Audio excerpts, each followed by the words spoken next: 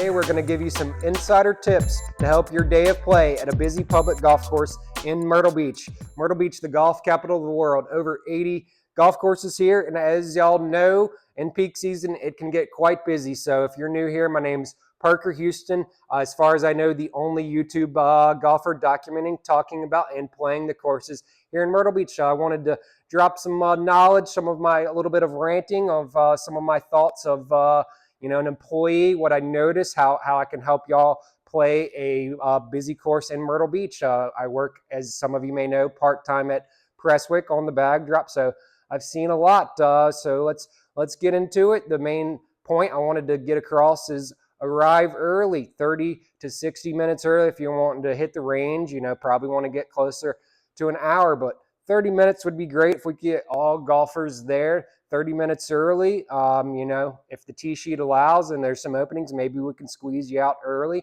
If not, then you go right at your tee time. So, there's been instances when a group's showed up at their tee time or late, and we've sent out a few groups in front of you. So we like to keep things moving, show up early, be prepared. My next point I wanted to get to is going to deal mainly with larger groups, but if you're 15 or more, I'd say it's pretty much imperative you come with a name list, a grouping list, who's playing together. And if you're going to do that, it's almost pointless without having bag tags. You really need bag tags on each bag, preferably in the same spot, same color. That way y'all can unload your van. If we have a name list right there, I didn't mention this. If you're the group leader and you're not going to be the first one there, you hand it to whoever's leaving first, or you even email it in the day before. So make sure the bag drop has your name list. As your guys get there, if we have it all coordinated, we can just load them straight away right on a cart instead of having to place them down, ask who's riding with who, going through the whole ordeal. I know pretty much nobody knows what their other buddies' bags look like, so you'll almost all have to be there at the bag drop together if you don't have group list, name list. Makes it a little tricky at Presswick when our range is a minute cart ride away. So I know some other courses are the same deal, and I know this would help out other courses. If you come early, you come prepared. Name list, bag tags, that's really the main point of this video, what I wanted to get across. That would really help you guys out, help us out. This isn't really a mom and pop muni where a few groups are going out here and there. This is busy, fast paced. We have a tight schedule to keep 8 or 9 minutes between tee times, starting on 1 and 10. If we tell you on 10, then you're on 10. That's some groups, honestly, they're shocked to hear that they're starting on 10, but that's how all courses in Myrtle Beach work. You're going to start from 1 or 10. You're going to make the turn, then the wave's going to pick back up in the afternoon. But if your good service is provided, then it's not going to hurt our feelings if you reach in your pocket and provide a couple bucks here or there. We're working hard for you guys. They're long days. It's, as mentioned, fast pace. It's not that easy of a job. So we're out there grinding.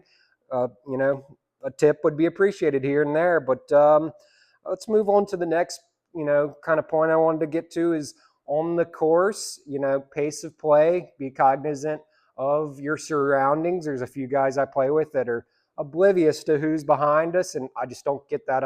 I'm noticing who's behind us. If we're foursome and there's a twosome on our butt, then you're pretty damn sure I'm going to stop and we're going to wave them through. I don't want to have that behind me, but just be aware of your surroundings, keeping pace, keep up with the group in front of you. If they're two foursomes, if you're back to back, you tee off 8 minutes after a foursome, you should be half hole, 3/4 a hole behind them the entire day. Just keep up with the group in front of you. If a ranger gets on you, then don't get mad at him. Don't get sour. He's just doing his job. His job is to keep the pace moving, keep everything, busy course in Myrtle Beach on a peak spring day. 4.5 hours would be fine. It's acceptable. Some guys get here, twosome, threesome, and thinking they're going to go first out and fly around in less than 3.5 hours. Sorry, buds, that's just not going to happen in Myrtle Beach. I wish that was the case. A couple courses you can do that single tee, but really that's hard to, can't do that on a double tee. But another thing, if you know, we've had a few instances where a group's been waiting, and it's hard. Sometimes the ranger, he's on the front side, and if you're waiting a lot on the back, call the pro shop. If it's been more than a hole or two, call the pro shop. They'll radio to the ranger, take care of it. But let's move on to our next point, is the bev cart. I know the bev cart gals out there, this isn't what they're going to love to hear, but keep your time, just a little short and to the point. They got a lot of folks to see. Imagine if every single golfer stopped, chit-chatted, flirted, bought a six-pack, bought some crackers and a cocktail. That's 5+ minutes per golfer. If every single one did that every time they saw the bev cart, you're never going to finish. That's going to be a 6-7 hour round. So I know they're not going to really shoo you away. They're wanting the tips. They're wanting a little flirting here and there, which is fine. Just keep it short. So that was mainly what I wanted to cover. Any questions, feel free to comment to this video. You can shoot me an email, parkerplays@yourgolfpackage.com. If you're wanting to be interested in a trip here, same email. Love to help you out. As mentioned, drop a comment, like this video, subscribe to the channel, do all that good stuff. See you guys in the next one. Peace.